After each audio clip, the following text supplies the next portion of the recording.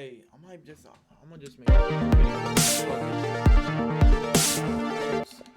Welcome to the Kill Count, where we tally up the victims in all our favorite horror movies. I'm Zoran, the mic to fuck James's is that Joel guy? Gavoyich, and today we're starting a new franchise, if ever so brief, with The Collector, released in 2009. The Collector is a torture-porny home invasion romp that pits a burglar against a booby-trapping serial killer. It's commonly described as Home Alone meets Saw, and that description's more fitting than you might realize. Originally titled The Midnight Man, the script was shopped around as a potential Yeah, I ain't gonna lie, bruh. If James ain't teaching it, then we not watching it. Fuck you talking about? Favorite horror movies. I'm James A. Janice, and since tomorrow is President's Day, we're looking at The Tripper, released in 2006. The Tripper is a psychedelic stoner horror comedy that features a killer in a Ronald Reagan mask. Now, Nancy, you know young people today, no respect for anything. The target of his ire is a hippie-filled music festival that takes place in a Redwood State Park. The Tripper was directed, co-written, and co-produced by David Arquette, well known for the Scream series and for being a one-time WCW World Heavyweight Champion. Oh, he also acts in The Tripper. Dude wore a lot of hats for this movie. Like, literally. Look at all these hats I found him wearing in behind-the-scenes stuff. How many hats you own, Dave? Answer, too many hats. The Tripper is a basic slasher that's very much of its time. It came out during the torture porn boom and appropriately has a lot of blood. Hell, even its poster is an intentional nod to Saws. But it's also steeped balls deep in the Bush era. George W.'s administration dominates the tone and themes of the movie, which ties all its early aughts anxiety back to Reaganism through its killer, and its title, since The Tripper is a riff on Reagan's nickname, the Gipper. You'd expect a movie of this caliber to only deal in stereotypes, with shallow depictions of evil rednecks and burnt-out tree huggers. Those characters are present and accounted for, to be sure. I mean, Jason Mewes is in this thing. But it also occasionally paints with a finer brush and explores the conflict between environmentalism and the jobs that run counter to it. Arquette said he opposed the policies of Bush and Reagan, but that he wasn't trying to make some big polemic. He just uses them as a framing device for his silly horror comedy. I wanted to make a little political statement, not a big one. Listen, I'm not trying to make this out to be a great movie. It looks cheap, it's predictable, and the third act is a mushy, low-lit mess. It really stalls out when it goes through the motions of action sequences and slasher fare. But there is more thought put into this thing than you might initially expect. And besides, where else are you gonna hear Pee Wee Herman drop all these F-bombs? You motherfucking fucking fucks! Most importantly though, this is a little known movie that I'm covering for a holiday. This channel was built on celebrating random holidays with cheap horror flicks. We can't forget our roots, now can we? Speaking of roots, what's that I see out there in the trees? Zoran? Yo, Zoran! What are you doing, man? Actually, I'm out here looking for a music festival because I hear that's where you get the really good Delta 8 THC. It's for me, not for him. But first, you know, gotta find it. It's not here. Oh, no, dude, you don't need to be getting lost in the woods for that. All you need is today's sponsor, Vance Global. Oh, cool. Wait, how are you talking to me? Through the power of convenience. Now, with alternative cannabinoids like Delta 8 or THCO, some companies don't put the necessary care into production, which can cause contamination or improper THC doses. So it's important to make sure you know how both initial and renewal orders on subscription. Finally. The movie begins with a quote. That's Edgar Allan Poe, Maybe right? someone who Nope, likes- Ronald looks- Reagan. That makes more sense. looks The like opening Tarzan. credit sequence is filled with upsetting footage of violent death in foreign wars. That would have been familiar to a 2006 audience, but this footage ain't from Iraq. It's from Vietnam, because it's 1967 in California. That's when Ronald Reagan was governor of the Golden State, and he didn't care too much for the environmental movement. A tree's a tree. How many more do you need to look at? Plenty, according to these activists who are standing up to protect their giant wood. A logger named Dylan Riggs begs them to move so he can do his job and afford the medicine his ailing wife needs. But this doofus, who awkwardly makes his stand, tells Dylan Riggs his wife ain't worth the wood. If your wife has to die to save these trees, so be it. That sets Riggs off, and things go from punchy to swingy what? to shooty. Shit! You can't be brandishing heat like that, logger man. Time to take a nice backseat drive to the station. Dylan's son watches the whole thing go down and takes revenge for his pop-pop with a chainsaw. What? A motherfucking chainsaw! What the fuck? He skins his ass raw. Oh damn, the kid is promptly arrested and sentenced to title card. Now we're in present day with a van full of stoners driven by Jason Mewes. Snoochie boochies. He plays Joey, and he's taking this merry band of misfits to a music festival in the forest. Since he's high as hell, he nearly crashes the van on the side of the road. Everyone Disney channels their way out the back and decide, hey, might as well pee. That's when Ivan here gets a bottle broken over his head, thrown by a pickup that paints the frame red. That's okay, nothing a little whiskey rinse can't fix. I'm Rambo. Sure, little buddy, you're Rambo. Now let your girlfriend Samantha sew this thing up. They stop at Ye Harbinger's gas station to pick up supplies and backstory. Through flashbacks, we find out final girl Samantha has a controlling ex-boyfriend named Jimmy. Controlling and backhanding. Damn, Jimmy sucks. He was pissed because Samantha and her friend Linda were tripping, which led to a disturbing just say no experience. Oh, that's that kid. Are killing this fucking nation. That's the Destroying your kid. brain. Wait, no, that's Ronald Reagan. Wait, what? Ronald Reagan. Yeah, Sam ain't been the same since, and Jimmy be paying for them unlimited texts. The bottle tossing truck pulls up, and it's unsurprisingly driven by these guys. What's the matter with you, dude? You got something stuck in your vagina? Yeah, your mama's dick. Among them is director David Arquette as Muff. That's that motherfucker I hit with the bottle. Aw, Muff, what would Dewey say? The Burnouts and the Good Old Boys have themselves a square-off. Damn it, Sam, you're late for the square-off again. You know we need those disarming kicks of yours. The end of the fight sees Muff get his arm completely fucked by some random big guy named Gus. Everyone runs away, and Samantha calls. Wait, let's open their mail, huh? Never mind. The festival they're going to, which lives among the trees, is run by Frank Baker, true patriot. This is America! Do whatever we please. Baker's played by Paul Rubens, of course, and it's great to see him in a comedic role that's so different from Pee Wee Herman, who is perfect. He's navigating his business between the town's mayor and its law enforcement, Officer Buzz Hall, played by Thomas Jane, acting his ass off. Some people die at your festival last year. Festivals, grocery stores, this guy can't escape death. Buzz is concerned about the festival's safety, citing a girl who disappeared last year. A flashback showing the incident lets us put it on the count. Somehow her face got skinned. Mayor Hal Burton says they don't know she's dead. Bro, maybe she ran off to be a jam band groupie. She could be following the fish. Nah, she ain't Mike's side or Paige's side. She underground, brah. That's why Buzz wanted buzzkill the festival. But Burton says it's providing too many jobs. He's also a fan of under-the-table money, money, money, money. This was the first and only time David Arquette directed a feature film, but he was able to get a great cast thanks largely to personal connections. Thomas Jane was about to be his brother-in-law, having been engaged to David's sister Patricia since 2002. Paul Rubens and Arquette became close friends after they met on the set of Buffy the Vampire Slayer, the 1992 film, not the show. Mayor Burton is played by Rick Overton, who had co-starred with Arquette in Eight-Legged Freaks, and Buzz's fellow officer Deputy Cooper is played by David's brother, Richmond Arquette. But even the cast members who didn't know Arquette said he was a fun director who ran a relaxed English actor Marsha Thomason, who was hired days before shooting, and who would go on to do 12 episodes of Lost. Hell yeah! The gang arrives at the Free Love Festival, a great place to drink, do drugs, have sex, I'm assuming say be right back? Be right back! Their trip nearly ends before it starts when a felled tree almost crushes their van, cut down by that old wily coot Dylan Riggs. These rainbows? This ain't their goddamn forest, god damn it! Buzz tells the logger to buzz off, but the cop ain't got love for all these stoners either. Every year, 4 or 5 you kids get killed up here.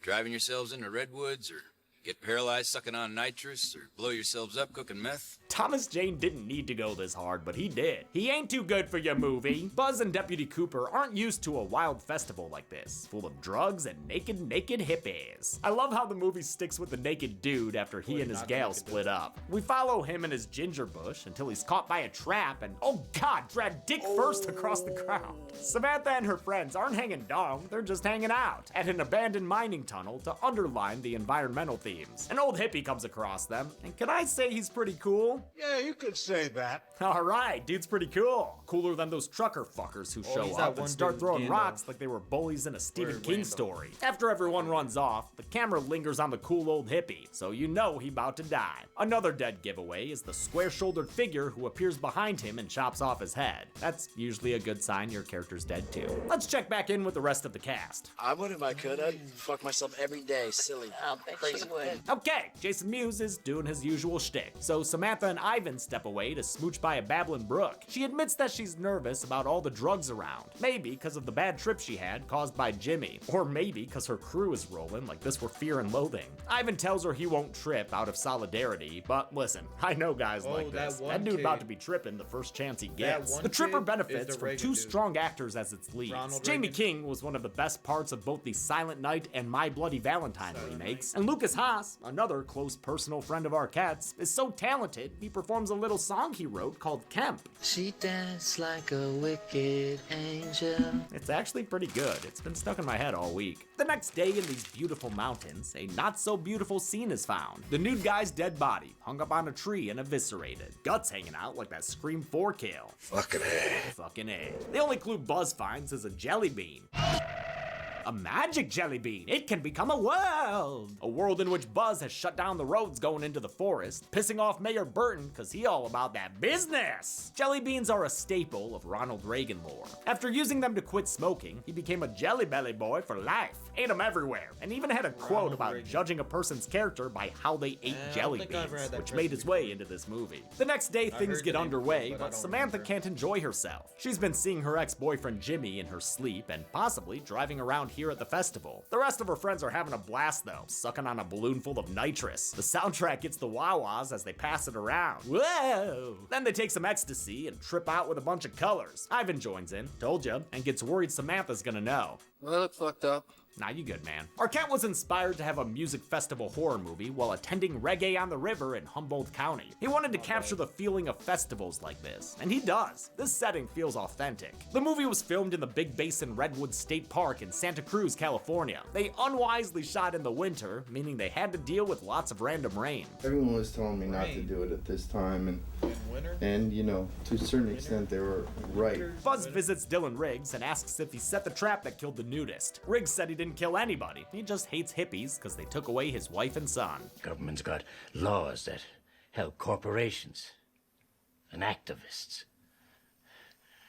Yeah, but who's out there looking out for the little man? Again, the dialogue isn't the most polished thing in the world, but it's interesting to hear this populist perspective back when neoconservatism was more dominant on the right. Arquette credits co-writer Joe Harris, who had written Darkness Falls, with turning his, quote, rambling thoughts into a more structured screenplay with political savvy. Linda and Joey tee-hee into the trees for woodsy grab-ass, and on some private land, Joey finds enough weed to put him in slow motion. Probably an indica then, huh? They celebrate with sexy times and a bushism. You have just found a weapon of mass destruction. Jason Mewes was excited to act in his first horror movie. I pretty much play the same character in all my movies, which is Jay. So this was a little different. Can't say I agree with him there, though. Joey is just Jay with an extra letter. The truckers are also walking around in the woods. My mom has good tits. You gotta admit that. What the fuck, Muff? This ain't MILF Manor. Armed with paintball guns, they open fire on Joey and Linda. Since when did this become Friday 6? Well, I guess since there's been a killer in the woods. Muff learns that quickly when he gets his neck snapped. The other two truckers wind up fighting Joey and chasing Linda. The killer interjects himself into the boy fight. What the fuck's your problem, man? Then he takes his axe and disposes of Joey and the trucker just off screen. The guy chasing Linda gets caught in a bear trap, and the killer ends his hunting trip by stabbing him in the dick? What? Oh, okay, looks a little higher at this angle. We finally get a good look at the Reagan killer when he chases down Linda. Looks like it's a mask since she almost tears it away, but she fails worse than Mondale and gets killed instead. First with some stomach stabs and then with some chiding. You know, young people today, no respect for anything. And look at that, the blood won't even stick to that Teflon knife. There's a long line to get into the actual music festival, and not even Wes Craven gets to skip it. I love his cameo in that stupid hat. They discover a body hanging from a tree, but since it's headless, Buzz is gonna have a hard time identifying it. Oh wait, never mind, it was the old dude. Buzz shuts down the show and tells the attendees to clear out and go home. I love the long shot of the big bird guy being turned away. Back to the nest with ye! The concert cancellation causes a panic in the playhouse. What in the goddamn name of Judas do you think you're doing? Calm down, PW. Wait, who is Fuck Ronald you. Reagan again? Fuck He's, you. Fuck you. Fuck you. Careful, man. I think that's today's secret word. Fuck you. Ah! Baker decides to have some music anyway, giving us a performance by Fishbone. A ska song doesn't exactly fit the Bush era aesthetic. Third wave had long died down by 2006, but Party at Ground Zero is always good to hear. And I guess the title does tie into the era. Buzz shuts them down, probably mistaking them for cherry poppin' daddies, and once again tells the crowd to fuck off. But he can't expect to win a fuck fight against Baker. Fuck you. Uh-huh. Fuck you. Uh-huh. Fuck you. Excuse me? No, I was talking to somebody in the other room. This time the target of Baker's F-bombs is Mayor Burton, but he's soon pulled away from the phone. With the concert shut down, more people leave, but Samantha and her friends can't because Joey's got the keys, and he ain't around to give them a hand. Sober Sam's the only one who can see that things are serious. Ivan and her other friends are all still out of their minds. She suspects that Jimmy is behind these murders and finds his car during a very brief rainstorm. It's clear skies again when she gets back to the van, where she finds her friends Jack and Jade dead in the nude. They have the Nancy Reagan slogan, "Just Say No," written on them in blood. These two are the third couple of the group, and we're basically always fucking. Kinda like Paz de la Huerta's character in Boardwalk Empire. Ivan appears, as does a gun pointed straight at his neck. It's Jimmy! Sam was right, he did follow her here. Although he didn't kill her friends. What makes you think I could kill somebody? Because you have a gun! Huh. Oh yeah, good point. Jimmy gets attacked by the Gipper, and it don't matter what his voting record is. But I'm a Republican. The Great Discombobulator hacks into Jimmy's chest and kills him with many a blood splash. Ivan squares up with Dutch to give Sam more time to run, but he's quickly killed in a weirdly shot, disappointing way. Well, there you go again. That quote comes from the 1980 presidential debate, after Jimmy Carter brought up problems with the healthcare industry. There you go again. Yeah, real good zinger, dude. The cops rightfully suspect that Dylan Riggs has something to do with the murders. Turns out they're right. They find him cutting up bodies with a saw in his shed. You ain't gonna take my boy again! A shootout commences and Dylan runs away, but after a short chase with Buzz in pursuit, the logger falls to his death in a trap of his own making. I'm assuming a trap like this one is what killed that previous year's concert goer. Even though the festival is officially shut down, the party moves into the forest for a drum circle. Yes, the Tripper, please give us more psychedelic sequences and fewer chase scenes and fights with people rolling around in the woods. The movie's much better when it's doing shit like this, capturing the trippy experience of festivals like Electric Forest. Samantha becomes an unwilling participant when she's shot in the face with an acid gun, which gives the movie another opportunity to go wild with colors and editing. I tried to make stuff like this in college. The keyword there is try. The party's over when Ronnie arrives. He starts axing people like they were air traffic controllers on strike. This scene is super dark and there are a lot of axe swipes that land off screen, but I counted 9 distinct victims, including this one dude who gets his leg cut off. I'll assume he bled out. At Dylan Riggs' place, Buzz finds a shrine to number 40. Amidst all the Reagan memorabilia is an article about how he shut down mental institutions, releasing thousands of inmates. Now, this did happen in real life, but most of the inmates wound up being homeless and harmless, not murderers, like what's happened here with Dylan Riggs' son. Gus Riggs was locked up after chainsawing that activist, but released due to the cuts in mental health funding. He grew up to be that guy we saw in a single scene like an hour ago, when he was played by Christopher Allen Nelson. Nelson is the Tripper's effects artist, responsible for all the good-looking gore. He also dons the Reagan mask and plays the killer throughout the film. I got a call out of the blue. I was sitting at home. So I just called him up. I said, Chris, can you do impersonations? He's like, yeah. You want to play the killer in this movie? It was like, hell yeah. 15 years later, Nelson's at the top of his game, having done the effects for David Gordon Green's Halloween trilogy, which he also acted in as a cop in Halloween 2018. This movie's cop finds the mayor, face full of glass, but still alive. He hasn't yet been killed by the rampaging Reagan, who takes his tax cutting to Frank Baker. Baker flees and manages to hide from the killer, but at what cost, Frank? You'll never smell good again. While Gus is chasing down more hippies to kill, his dogs get a victim of their own when they bust through the gates to finish off Mayor Hal Burton in a POV attack. The dogs then run off and find another victim, a random festival goer whom they maul to death. Deputy Cooper and some troopers shoot the floofers, upsetting an animal-loving hippie played by Courtney Cox in a cameo. These are God's creatures! They're our friends! She's attacked by the dogs, but the cops save her with more gunfire. Cox was Arquette's wife at the time and a credited producer of the film. The two of them essentially self-financed this thing, and David made sure it was ready for a 4/20 release date. Reagan returns to Samantha so we can have our requisite final girl circuit. Dude, It's I pretty knew this standard. movie had, She like, runs no through fun foggy in it. woods with big film lights shining behind the trees and comes across the corpses of her murdered friends. You know, all the staples. With the effects of the drugs still lingering, this is one unfortunate experience for Sam. Buzz comes to the rescue and holds Reagan/Gus at gunpoint. Is this what you call compassionate conservatism, boy? He shoots the killer down, and things seem pretty chill until, wait, what? Why is Sam grabbing the gun and putting it to her head? Drugs? Like, I guess. This gives Gus the chance to come back and run for a second term. And while he and Buzz wrestle around, Sam comes to her senses and grabs the gun. Or, no, never mind. She doesn't grab the gun that just fell to the ground. She grabs a hammer. That's what she uses to take down Mr. Reagan. Damn, don't break his butt. She's breaking his butt. And his face, holy shit. What? Hinckley wishes, am I right? As Lucas Haas's just song went on, like, plays an over the 100 kill soundtrack, murder Buzz spree and you unmasks lose the to a Reagan fucking killer hammer? and reveals Gus's face. Arquette must have picked up the wrong lesson from Screams 2 and 3, because that was one anticlimactic unmasking. The next morning, a trio of bodies are seen, which I'll go ahead and count. Not sure if they were among the victims in the dark, but they seem new enough to me. Frank Baker isn't among them. He survived, and looking like he did the poo cocktail, Knoxville style. Buzz learns that Gus's body wasn't found next to the mask, but thankfully, the killer isn't coming after Sam again. He is going after Frank Baker, who's trying to escape with his, big stack of ones. Big baller. Gus tracks him down and gives us one final kill. A horrific one, since he chainsaws Baker in half vertically. Holy shit. The movie ends with Frank's money polluting the beautiful environment. How many people wish the nation would have gone the way of Minnesota? Let's find out and get to the numbers. That was his first kill ever, you know? What the hell? By my count, 29 people died in the Tripper.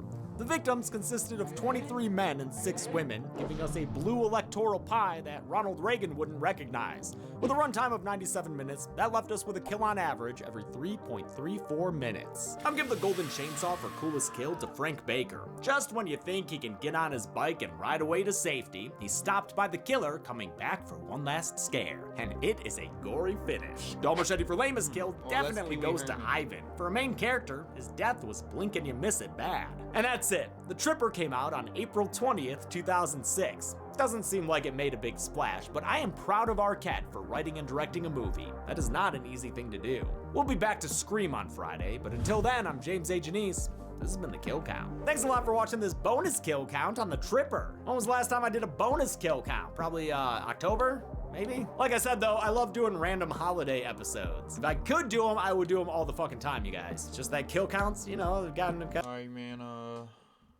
wait, what's that behind you?